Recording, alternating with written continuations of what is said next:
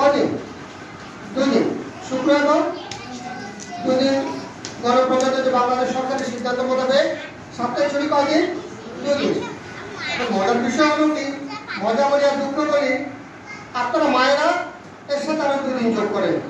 আপনারা বৃহস্পতিবার যোগ করেন, রবিবার যোগ করেন, অর্থাৎ 2 দিন দিলেও আমরা 2 দিন সরকারের পক্ষ থেকে, আর 2 দিন আপনারা নিজের বিছানা নিজে লাগিয়ে নেন, বেড়াতে চলে যান। এবং এই বেড়াতে গিয়ে দেখা যায় আপনার বৃহস্পতিবারটা ওই আপনার ওই সন্তানে মিস করলেন, রবিবারটা আপনার সন্তানে মিস করলেন, তাহলে হিসাব করে দেখেন সপ্তাহে 7 দিনের মাথায় কদিন চলে গেল? 4 দিন চলে গেল। এই যে 4 দিন অনুপস্থিত থাকলে বলে বাকি 3 দিনে আপনার সন্তানটা কি পায়? কিছু পায়? তেমন কিছু পায় না। আর তার মাঝে আমার সমস্যা থাকতে পারে, অনেকটা অসুস্থতা থাকতে পারে না, অসুখ থাকতে পারে, জ্বর হতে পারে, পেটে পীড়া হতে পারে, ইত্যাদি ইত্যাদি অনেক সমস্যা হতে পারে। এখন আপনাদেরকে যে খবরটা দেব, যে বার্তাটা দেব, যে সংবাদটা দেব, সেটা হলো আপনারা মনে রাখবেন মাসে 30 দিনের যে সময়, এই সময়ের মধ্যে যদি আপনার সন্তান 3 দিনের বেশি অনুপস্থিত থাকে, কদিন? 3 দিনের বেশি অনুপস্থিত থাকে, তাহলে তার উপবৃত্তি সরকারি যে টাকা পায় সে টাকাটা কেটে দেওয়ার বিধান, সে টাকাটা কেটে দেওয়ার বিধান আছে। এখন আমরা চিন্তা করছি যে এই বিষয়টাকে আমরা খুব শক্তভাবে ধরব, এই বিষয়টাকে আমরা খুব শক্তভাবে ধরব, এবং আমরা এটাকে যদি কিছু কর্তন করি তারপরে কি আপনাদের হুশ হবে, তারপরে আপনাদের হুশ হবে।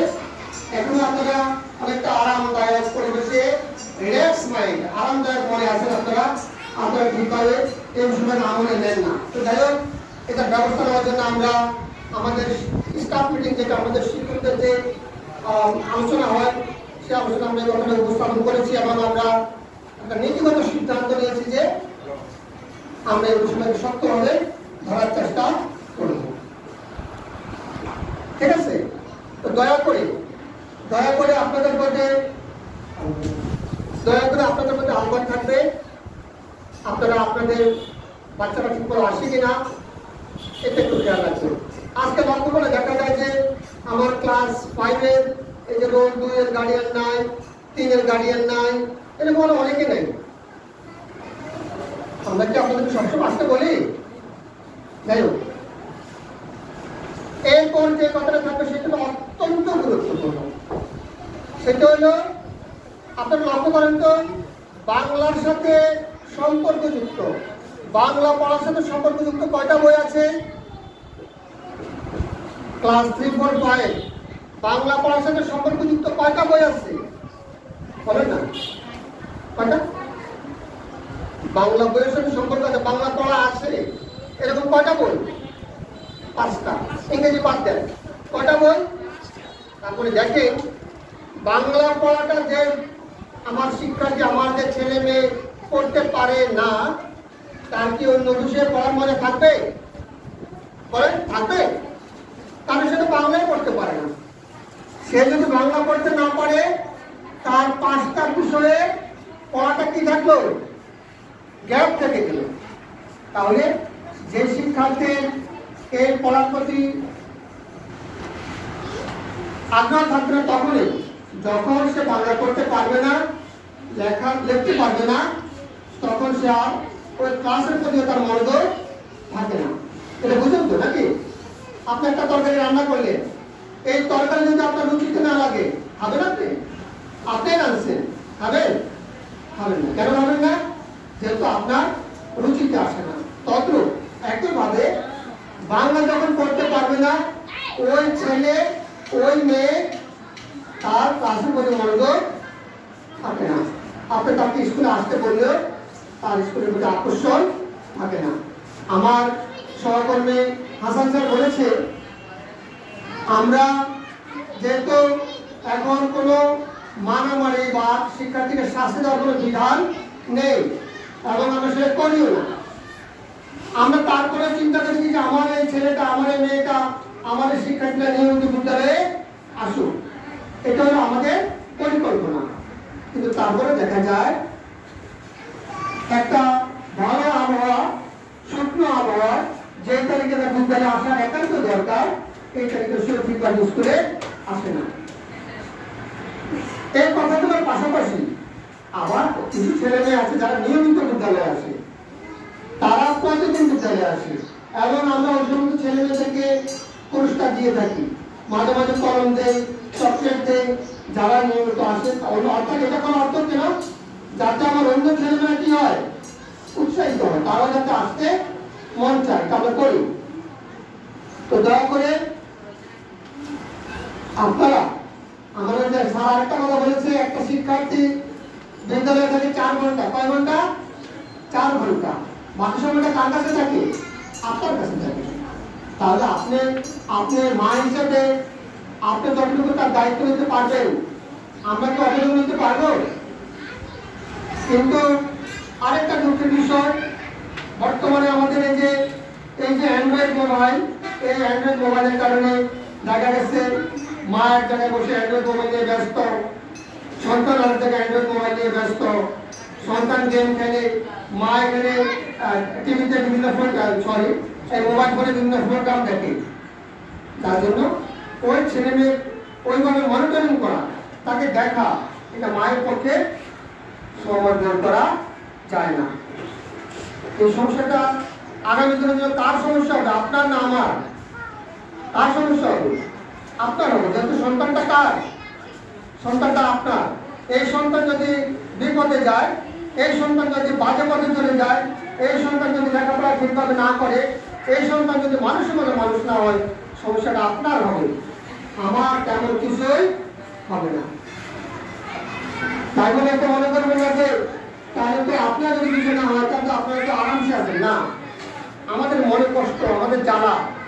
আপনার এই সন্তান যদি সুসন্তান না হয়, আপনার এই সন্তান যদি মানুষের মতো মানুষ না হয়, আগামী দিনে সম্পদ না হয়, যদি অভিশাপ হয়, তখন আমার কাছেও কি লাগবে? কষ্ট লাগবে। এবং আমরা মনে প্রাণে বিশ্বাস করি, আমরা একজন শিক্ষক হিসাবে, আমরা শুধু শিক্ষক না, আমরা গার্ডিয়ান নাম না, আমাদের ছেলে মেয়ে আছে না, তাহলে আমরা একজন শিক্ষক হিসাবে, একজন গার্ডিয়ান হিসাবে আমরা একটু মনে প্রাণে চাই যে আমার সন্তানটা যেভাবে মানুষের মতো মানুষ হবে, আপনার সন্তানটা ওইভাবে যাতে মানুষের মতো মানুষ হয়। আর কিছু না হোক, তাহলে অন্তত আল্লাহর দরবারে তো আমরা কি আমার জবাব দিতে পারবো যে না, আমি আমার চেষ্টা করেছি, আমি আমার উপর যে অর্পিত দায়িত্ব সেটা আমি পালন করার চেষ্টা করেছি। তাহলে আপনাদের প্রতি আমার বিনীত আহ্বান থাকবে, মায়েদের প্রতি আমার বিনীত আহ্বান থাকবে, অনুরোধ থাকবে, আপনার সন্তানরা যাতে বাড়িতে লেখাপড়া করে বইয়ের সাথে যোগাযোগটাকে একটু দয়া করে আপনারা খোঁজ খবর রাখবেন। আর একটা বিষয়, সেটা হলো আসলে বর্ণ শিক্ষার উপযুক্ত সময় কোন ক্লাস? একটা শিক্ষার্থী, একটা ছেলে মেয়ে, একটা বাচ্চা, একটা শিশু কখন বর্ণ শিখবে? বলেন না, কখন? সরা, ক, খ, আকার, ইকার, অ, আ, এগুলো কোথায় শিখবে? কোথায় শিখবে? আপনার কাছে শিখবে, আপনার বাড়িতে শিখবে, ছোট অবস্থায় না? এখন আপনাদের তাকে যদি বর্ণটা যদি ভালোভাবে না শিখিয়ে যদি বিদ্যালয়ে পাঠান, তাহলে সে কি হবে? তার সে যখন বর্ণ পারবে না, এরপরে সে শব্দ পারবে, শব্দ তৈরি করতে পারবে না। মর সাথে আকার দিলে ময় আকার মা, অর সাথে আকার দিলে সরেয়া, তার সাথে ম দিলে আম, এই শব্দগুলো তৈরি করতে পারবে না। তাহলে এই দায়িত্বটা কার? আপনার দায়িত্ব। আপনার অন্তত তাকে পারিবারিকভাবে তার বর্ণ জ্ঞান যেটা আছে সেটাকে অন্তত ভালোভাবে রপ্ত করবেন, ভালোভাবে শিখাবেন। এটা পারলে তার পড়াশোনার আকর্ষণটা বেড়ে যাবে। এখন যখন সে পারবে না, তখন ওই খাওয়ার যে অবস্থা, রান্না করার পরে যখন সেটা আপনার রুচিতে আসবে না, এই পড়ালেখার একটা অবস্থা হবে নাকি?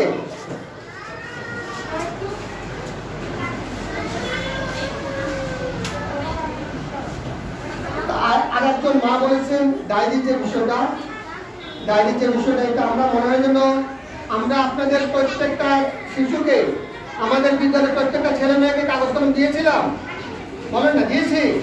বছরের প্রথমে 3টা কাগজ একটা কলম দিয়েছিলাম? কেন দিয়েছি? কেন দিয়েছি? চেহারা দেখার জন্য? আয়না যেরকম মুখ দেখে এটা মুখ দেখার জন্য?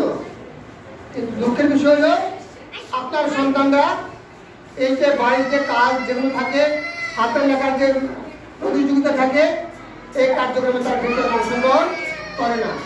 ওকে থামান না, একটু থামান। কি সে সমস্যা? কি সমস্যা? শরীর খারাপ?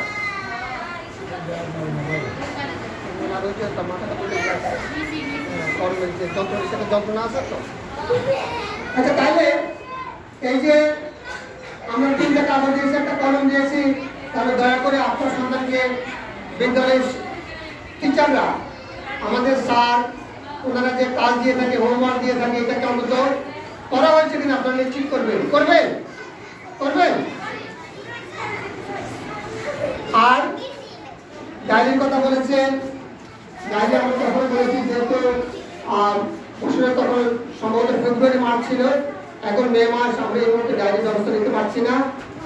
আর আরেকটা কথা বলি, সেটা হলো আপনারা বলবেন যেহেতু পুরো 4 উপজেলা 117টা প্রাইমারি, কতটা? 117টা প্রাইমারি, তার মধ্যে শুধুমাত্র 10 নম্বর প্রাইমারি যেখানে ক্লাস 8 পর্যন্ত চালু আছে, ক্লাস 8 পর্যন্ত। তাহলে আমরা 8জন টিচার, আমাদের আরো কয়টা বাড়তি ক্লাস? 6, 7, 8, কয়টা? 3টা। এই 3টা বাড়তি ক্লাসের কার্যক্রমটা আমাদেরকে পরিচালনা করতে হবে। যার জন্য আসলে আমরা অনেক সময় ওই ক্লাসের শিডিউলগুলো মেনটেন করতে গিয়ে, তারপরে আমাদের অফিসিয়াল কিছু নির্দেশনা আছে, এগুলো বাস্তবায়ন করতে গিয়ে আমরা অনেক সময় আমাদের পরিকল্পনা অনেকগুলো বিষয় থাকে, কিন্তু এগুলো আমরা বাস্তবায়ন করা আমাদের জন্য কষ্টকর ব্যাপার হয়ে থাকে। তারপরে আমরা প্রত্যেকটা বিষয় যখন আমরা পড়াই, তখন আমরা কি করে আমরা বোর্ডে লিখে দিই।